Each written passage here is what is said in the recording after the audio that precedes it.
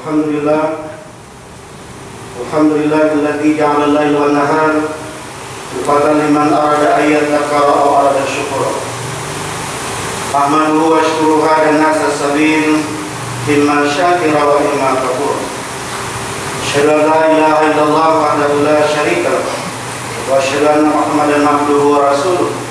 Arsalahu bil haqq basyiran wa nadhira wa da'iyan ila Allah bi idnihi wa sirajan munira. Allahumma salli wa barik ala sayyidina Muhammad wa ala alihi wa ashabihi ajma'in. Amma ba'du fa ya ibadallah ittaqullaha haqqa tuqatih wa la tamutunna illa wa antum muslimun.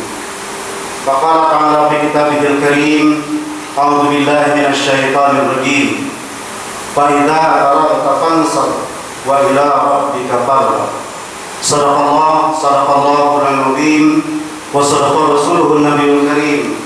Wa nahnu ala dzalika minasy syahidin wasyakirin. Walhamdulillahi rabbil alamin.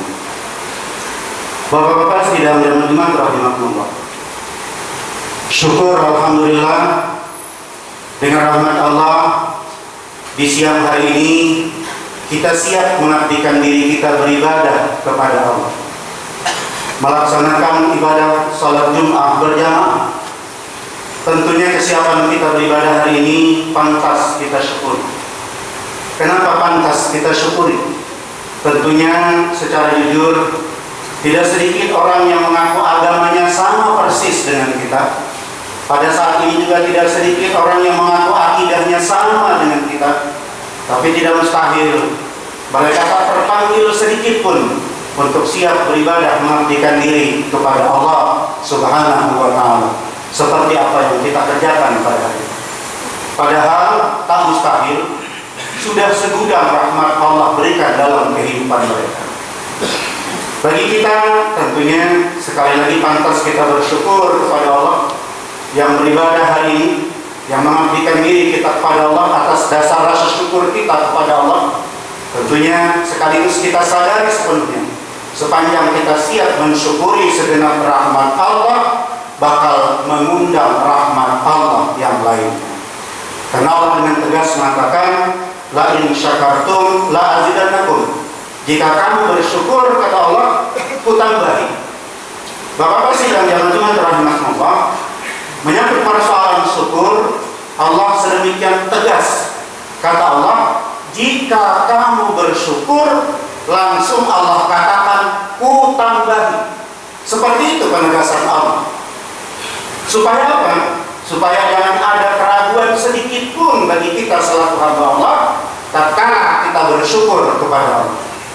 Berbeda tatkala Allah berbicara menyangkut persoalan pelanggaran, kaitannya dengan saksi dan sanksi dan hukuman yang datangnya dari Allah.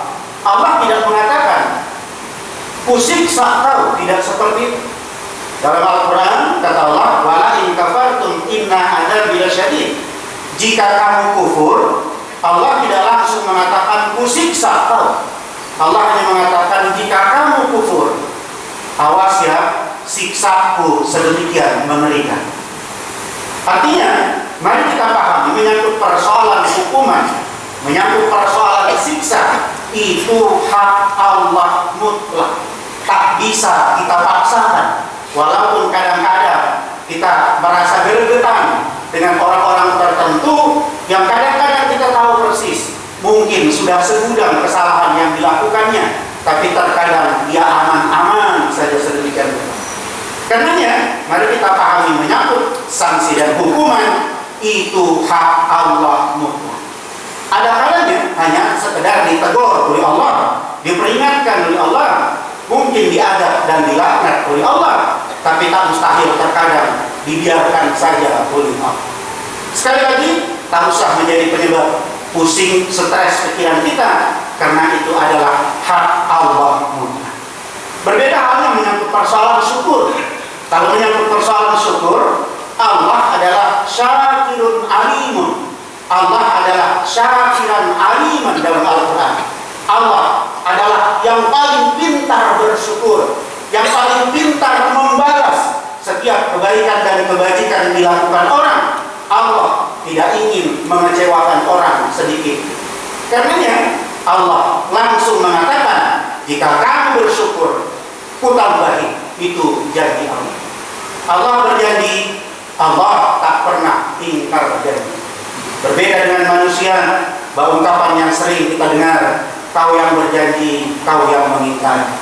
Karenanya tak usah terlalu heran, semakin banyak orang berjanji, semakin besar peluang kemungkinan bakal tak ditepatinya sedemikian rupa.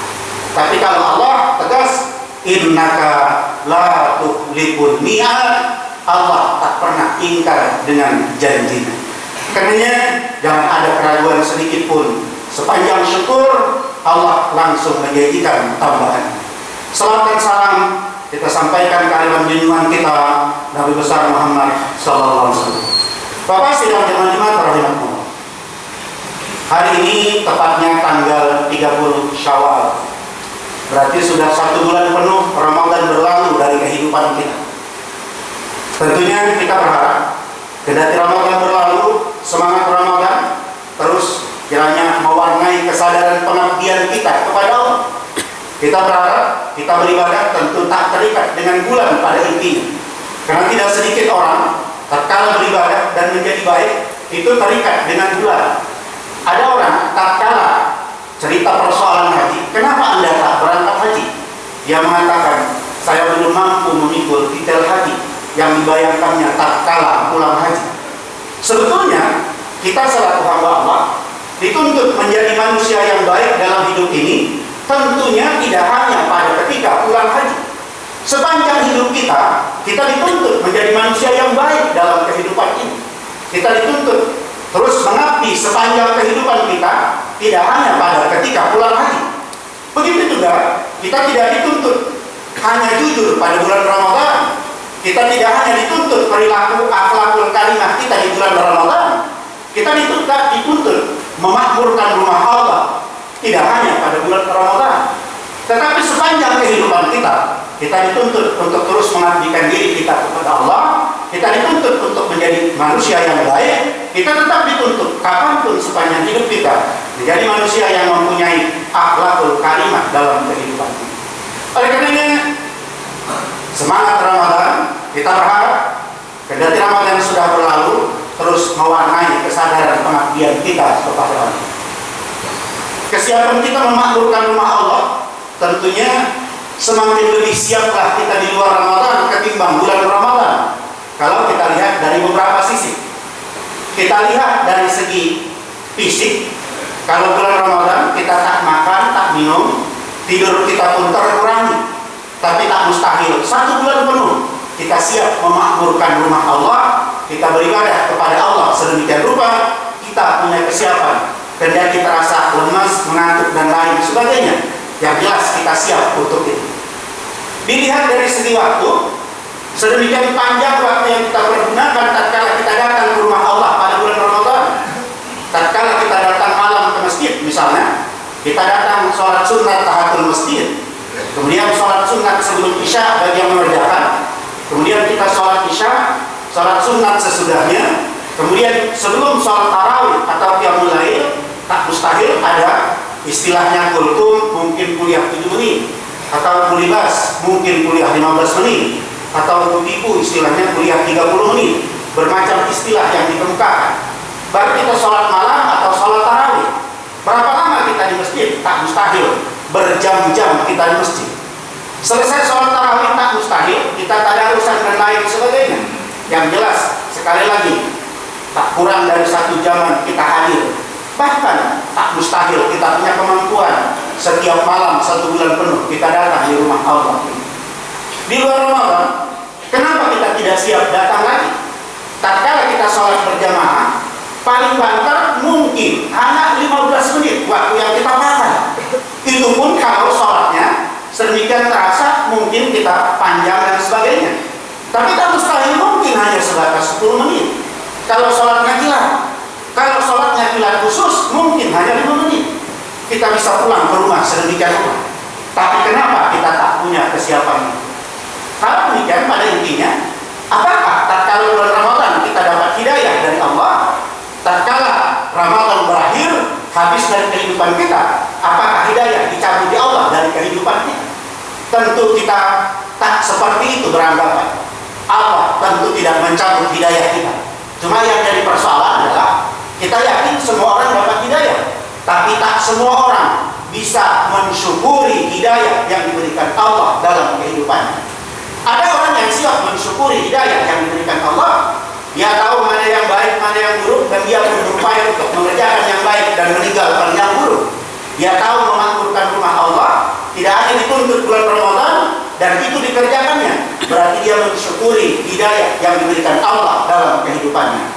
Oleh karenanya, mari kita tak berprasangka buruk kepada Allah, tidak mengkambing hitamkan Allah tatkala kita tak beribadah. Pada hakikatnya Allah sudah memberikan hidayah, cuma kita kurang mensyukuri hidayah. Oleh karenanya, sebagai perwujudan rasa syukur kita terhadap hidayah yang diberikan Allah, mari benar-benar kita warnai kesadaran pengabdian kita, tidak hanya bulan Ramadan, tapi kendati Ramadan berlalu, semangat Ramadan terus mewarnai pengabdian kita. Karena jujur, tentunya kita akan lebih siap sebetulnya dilihat dari beberapa sisi tadi, kendati Ramadan sudah berlalu dari kehidupan kita. Bapak sidang jamaah Jumat rahimahullah. Kemudian di sisi lain, mewarnai makna Syawal tentu tak salah. Ada dua hal yang perlu kita ingat, ada dua hal yang perlu kita lupakan. Apa yang perlu kita ingat? Mari dalam hidup ini yang terus kita ingat menyangkut persoalan dosa dan kesalahan kita. Mari kita ingat tentang hal-hal kesalahan dan dosa kita. Mungkin masih tetap hadir dalam keberadaan diri kita. Jangan kita terlena dan merasa seakan tak berdosa dalam kehidupan ini. Apalagi Ramadan sudah berlalu, betapa naifnya kalau seandainya kita tak memanfaatkan Ramadan kemarin. Mohon keampunan terhadap keterlanjuran dan dosa kita. Karena demikian, tentunya peluang untuk terus bermohon menyangkut keampunan, kehilapan dan dosa kita kepada Allah terus terbuka peluang dalam kehidupan kita. Karenanya, mari kita berupaya untuk mengingat kesalahan dan dosa kita, sehingga kita tak berupaya menambah kesalahan dan dosa kita dalam kesempatan yang lainnya, bila kita merasa dosa kita masih tetap ada dalam kehidupan kita. Yang kedua, yang perlu kita ingat adalah mari kita berupaya untuk mengingat semua kebaikan dan kebajikan yang kita terima, baik kebajikan dan kebaikan sesama, apalagi kebaikan Allah dalam kehidupan ini. Jujur, tentunya tak ada satu saat pun dalam hidup ini, tak ada satu detik pun dalam hidup ini kita lepas dari menerima kebaikan dan kebajikan dalam hidup kita, terutama kebaikan dan kebajikan Allah. Tak ada sedikit pun lepas dari kebaikan dan kebajikan Allah. Cuma terkadang manusia banyak tak merasa dapat kebaikan Allah, tatkala belum didapatnya sejumlah yang bisa dihitung. Orang baru merasa dapat rahmat bila bisa dihitung-hitungnya sejumlah yang didapatkan. Padahal segudang rahmat tak pernah berhenti, terus dinikmatinya dalam kehidupannya. Nyawanya, nafasnya, matanya, dan seterusnya. Semuanya adalah rahmat dan karunia Allah. Karena jelas itu bukan milik kita secara hakikat, tapi milik Allah secara hakikat. Nyawa misalnya, jujur itu bukan milik kita. Kendati sering mengatakan nyawa kita, nyawamu, dan sebagainya. Tentunya tak usah itu milik kita. Memelihara nyawa saja pun kita tak punya kesiapan. Tak usah kita memelihara nyawa. Tempatnya saja pun di mana kita tak tahu persis. Bagaimana mungkin kita bisa menjaga dan memelihara? Jelas itu bukan milik kita, tapi milik Allah yang dititipkannya kepada kita. Karenanya sekali lagi, sedetik pun tak ada yang tak kita nikmati rahmat Allah dalam kehidupan. Oleh karenanya, mari kita berupaya untuk mengingat segenap kebaikan. Kata Allah, wahsin kama ahsanallahu ilaik, berbuat baiklah kamu sebagaimana Allah sudah berbuat kebaikan kepada dirimu. Artinya Allah sudah berbuat, sekarang tinggal giliran kita berbuat kebaikan-kebaikan sebagai perwujudan membalas kebaikan, diwarnai dengan makna syukur dalam kehidupan. Kemudian di samping dua hal yang perlu kita ingat, mari dua hal yang perlu kita lupakan. Yang pertama yang perlu kita lupakan adalah Mari kita berupaya untuk melupakan segenap kesalahan yang pernah diperbuat orang kepada kita. Tak perlu kita ingat-ingat, tak perlu kita pelihara kesalahan orang kepada kita. Tak perlu kita pupuk dan kembangkan segala sesuatu yang menyakitkan hati kita. Bila itu kita pelihara, jelas tak menguntungkan kita dan jelas itu menyiksa diri kita. Karenanya dalam ajaran agama kita dilarang, haram hukumnya untuk sakit hati sedemikian rupa. Kenapa? Karena Allah tahu persis bila kita sakit hati itu merugikan kita, tak menguntungkan kita. Contoh praktis, misalnya kita sakit hati dengan jiran kita. Tatkala dia dapat keberuntungan, maka tak mustahil panas dingin badan kita. Tatkala bertambah keberuntungannya, tak mustahil bisa demam kita. Bahkan bertambah keberuntungannya, maka semakin menjadi penyebab darurat dalam kehidupan kita. Itu artinya bila kita sakit hati, kita pupuk dan kita kembangkan, maka itu tak menguntungkan kita, menyusahkan kita, dan menyiksa kita. Karenanya mari kita lupakan segala kesalahan orang yang pernah dilakukan orang kepada kita. Yang perlu kita lupakan yang kedua adalah mari kita berupaya untuk melupakan segenap kebaikan yang pernah kita perbuat. Tak usah kita ingat-ingat kebaikan kita. Biar orang lupa dengan kebaikan kita, atau sengaja orang melupakan kebaikan kita, biarlah peristiwa itu terjadi. Tapi yang terpenting, Allah tak akan pernah lupa dengan kebaikan-kebaikan yang kita perbuat. Karenanya setiap kebaikan yang sudah kita perbuat, tatkala orang lupa atau sengaja orang melupakan kebaikan kita, karena memang manusia punya bakat lupa dan manusia punya bakat sengaja bisa melupakan kebaikan orang. Bila itu terjadi, biarlah itu terjadi.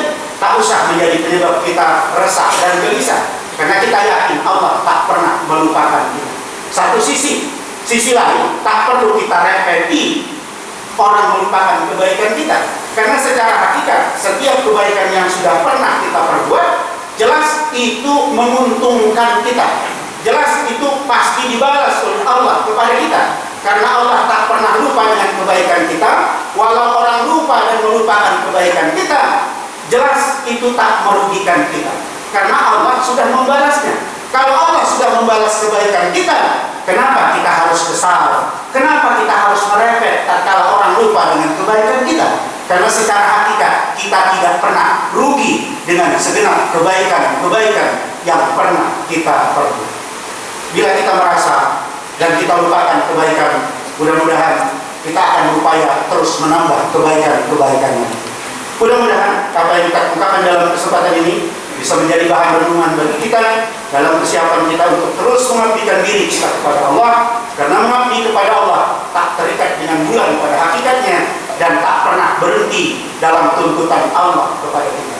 Fa'idza faragta fansab wa ila rabbika farghab. Kata Allah, selesai pengabdianmu yang satu, pengabdian yang lain terus menanti dalam kehidupan kita. Sepanjang kita hidup kita memang dituntut oleh Allah mengabdi kepada Allah.